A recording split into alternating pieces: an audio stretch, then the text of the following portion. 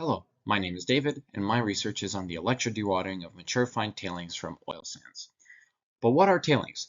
Tailings are a fine suspension of hydrocarbons, clay, and silica particles in predominantly water.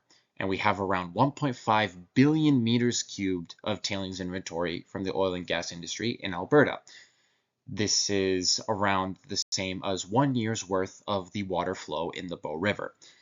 And tailings are a problem because they're able to get into places they're not supposed to be, groundwater and runoff, and they are toxic due to residual hydrocarbons and trace amounts of heavy metals found in them. What can be done to treat them is something known as dewatering, where by removing the water from the tailings, you reduce the volume for one, and second, make it less mobile and effectively turn it into dirt. The electro-dewatering technique is done by the application of an electric field through electrodes where the water is drawn to the cathode and thereby removed from the tailings.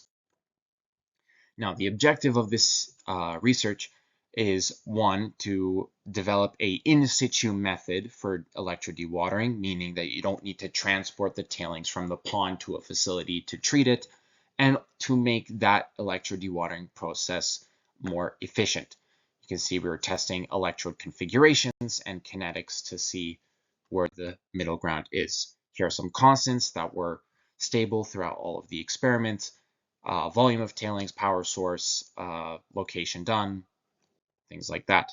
Here are the electrode configurations used. On the left side, the rod and toe. On the right side, three of the vertical rod setup. And in the top right corner, you can see the container used for the tailings, a glass fish tank. For the rod and toe setup, the disc that you see is in fact the cathode. Now for the geometry tests, here were the results from initial to final water content by mass fraction, and the power used to do those experiments for 120 hours you can see on the right. Here's a picture of what the initial sample would look like, and here is the final results for those specific experiments. You can see a water separation at the top. That is important. And some conclusions. There's a large water content disparity due to experiment 2, the vertical rods not being mixed adequately. However, there is such a large performance and power disparity that the rod and toe setup performed better.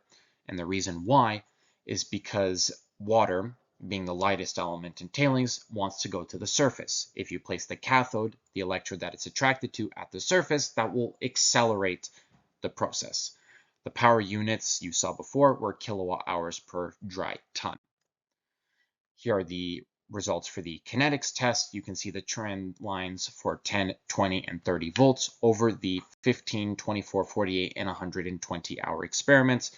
And you can see on the right side, again, the power usages for these experiments. You can also see in these images pictures from the 20 volt experiments for 15, 24, and 120, 48 and 120 hours. So you can see the differing water layers separated, which was often an indication of how successful the experiment was. Some conclusions for this and some next steps for the project on the whole. Increasing the voltage did improve dewatering from 10 to 20 volts, but not from 20 to 30 volts, implying that at least on the lab scale, there's a limit to an effective voltage past which you're just wasting power. All experiments that ran past 48 hours also had diminishing returns, where you're just using power for no additional return. And this was likely due to a pressure gradient forming in the tailings that caused the water to want to go back into the tailings rather than being drawn out by the voltage. Some future experiments that can be done are on scaling, likely shrinking the electrode setup to simulate a larger pond, multiple setups within the same container to see if there's any interference between them, and shear strength testing on the treated tailing samples, as that is how it is determined whether or not it is reintroducible into the environment, so we can see if the experiment was genuinely successful. Here were some of the takeaways that I had throughout my summer researching this. It was an awesome time, and I greatly recommend it to anyone who's interested. Thank you very much for listening.